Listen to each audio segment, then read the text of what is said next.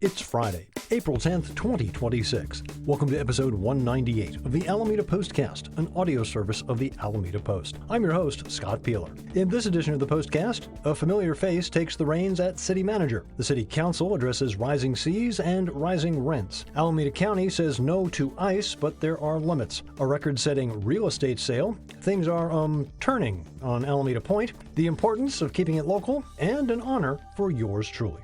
These stories and more on this edition of the Alameda Postcast.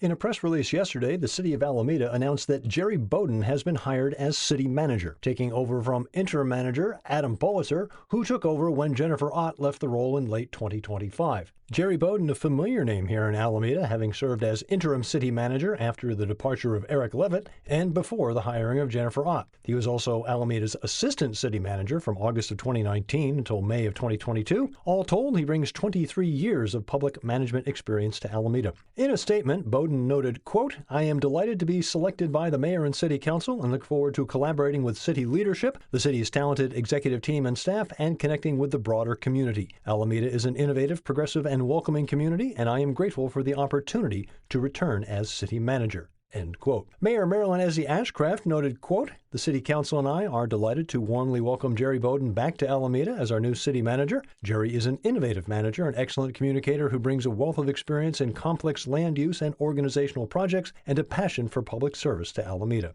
End quote. We'll have more on this story later at alamedapost.com/news. As previewed in last week's episode, on Tuesday, the City Council dealt with two major issues, sea level change and the rental market. Sustainability and Resilience Manager Danielle Mueller proposed the next phase of the Bay Farm Island Adaptation Project, which aims to protect Bay Farm from rising seas. Mueller requested approval to 1. Accept $2.64 million in grant funding from the State Coastal Conservancy, 2. Allocate $50,000 from the General Fund for Public Works staff costs, and 3. Administer contract amendments for key contractors, including CMG Landscape Architecture, the Greenbelt Alliance, Community Action for Sustainable Alameda, and the San Francisco Estuary Institute. The BFI Adaptation Project is part of the broader Shoreline Adaptation Plan. Federal funding for many of these projects remains an issue.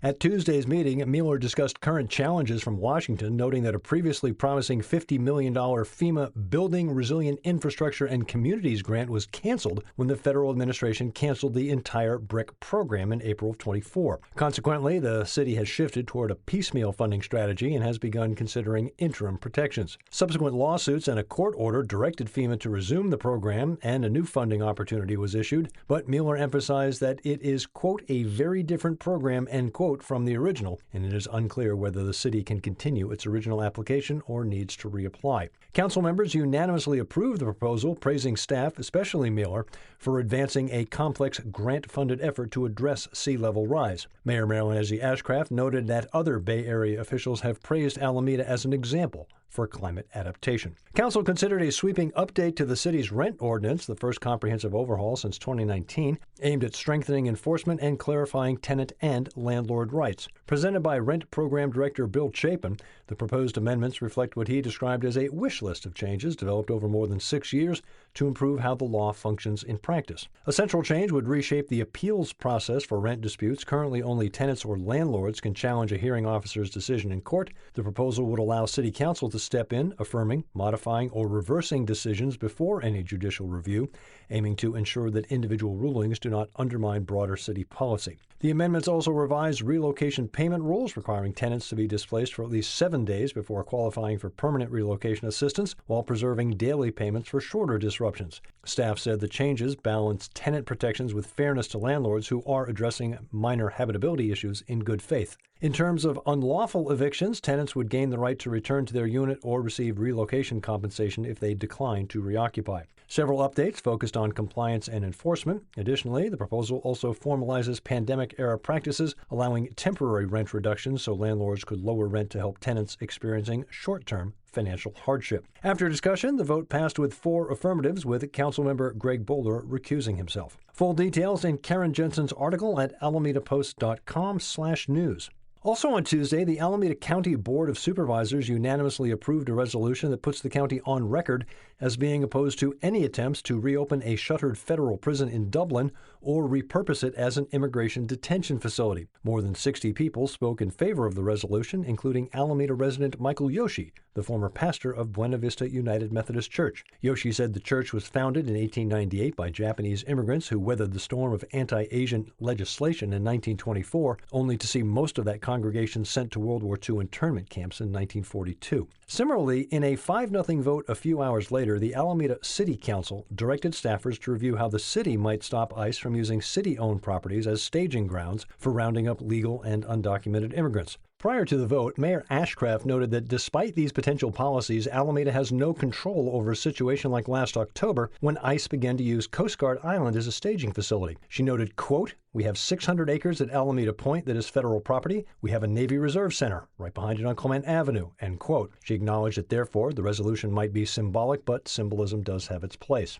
Matt Carter takes an in-depth look at the relationship between the federal government, the Coast Guard, and the city of Alameda in his article at alamidapost.com/news. A real estate record was broken in Alameda last week. 16 Killarney Place on Bay Farm Island became the most expensive single-family home ever sold in Alameda. The 6-bed, 4.5-bath, 4,194-square-foot home was listed by Kate McCaffrey Homes at $4,495,000 and sold for $4,875,000. Built in the year 2000, extensively remodeled from 2018 to 2021, the home features 180-degree views of San Francisco. The sale was reported by the Alameda Pulse on their Instagram feed. Sean Padilla, the creator of the Alameda Pulse, will be my guest on the Alameda Connection on KCSM HD2 and streaming on kcsm.org this Sunday morning at 8. To everything, turn, turn, turn. That's the story on Alameda Point, where the elegant turns have arrived, just as the Forster's turns are getting ready to head out. Also in town, the Caspian turn. Get a look at our current visitors, including the wonderfully punk rock elegant turn, in Marjorie Powell's article at alamidapost.com/nature, accompanied by some excellent photos by Rick Lewis. What happens when you spend $1 with a local merchant? 67 cents of that dollar stays right here in the community. That's important. That's just one of the points raised by Elisa Glickman, Executive Director of the West Alameda Business Association, in her editorial entitled Shop Local Like Your Community Depends on It. Elisa will be my guest on the Alameda Connection Sunday, April 19th. Find her article at alamidapost.com/op-ed. While you're there, check out publisher Adam Gillett's editorial, Why Local News Matters and Why It Needs More Funding. Yesterday, Thursday, was Local News Day. As Adam notes, quote, "Local news is common ground. It's the rare place where the story isn't red versus blue. It's what's happening right here and what it means for your family." End quote. In the next 2 weeks, the Postcast will celebrate 4 years and 200 episodes. I'm proud to be part of the team that allows you to answer the question, what's going on in Alameda? Of course, one of our favorite things to do at the Post, keep you up to date on the fun stuff. Amanda Laird has once again curated some events worth a second look in her weekly All-Around Alameda column. Let's see what's on tap. Saturday, the Elks Lodge introduces a new fundraiser for the love of cake. Not cupcakes, not pies, not other desserts, but real, actual cake. Saturday also brings the opening gala for the annual Alameda on Camera exhibition at the Frank Betts Center from 3 until 5. A little family pride in this one. Mrs. Peeler has 3 photos on exhibit. Sunday brings the USS Hornet STEM Day. Also on Sunday, Alameda Soul Club presents their Vinyl 60s dance party at Fireside Lounge. Amanda also has a Save the Date section with a look ahead to everything coming up later on this spring. Details in her column at alamidapost.com/alameda-life. I'm Connie, and I went to summer camp at the California Historical Radio Society in Alameda. We made our own radio shows and podcasts, and I learned how sound effects really work. We even used vintage radios and studio gear. Go to chrsradio.org to learn more. Another one of our young announcers in training at last month's Soundbites program at California Historical Radio Society. If you've got young ones, keep an eye on CHRS. They've got a number of cool events coming up for the younger set. Of course, CHRS is the home of the Bay Area Radio Hall of Fame. I am honored to have been chosen as one of the 16 finalists for the inaugural Bay Area Audiocaster of the Year Award for my work with both the Postcast and the Alameda Connection. Voting begins May 1st. Find the Alameda Post on all the social media platforms, now including TikTok. You can subscribe to us on Apple News and sign up for our weekly news digest at alamidapost.com/email-digest. Get the Postcast wherever you get your podcast, or tell your smart device to play the Alameda Postcast podcast. I'm Scott Peeler, back a day early next week on Thursday with episode 199 of the Alameda Postcast.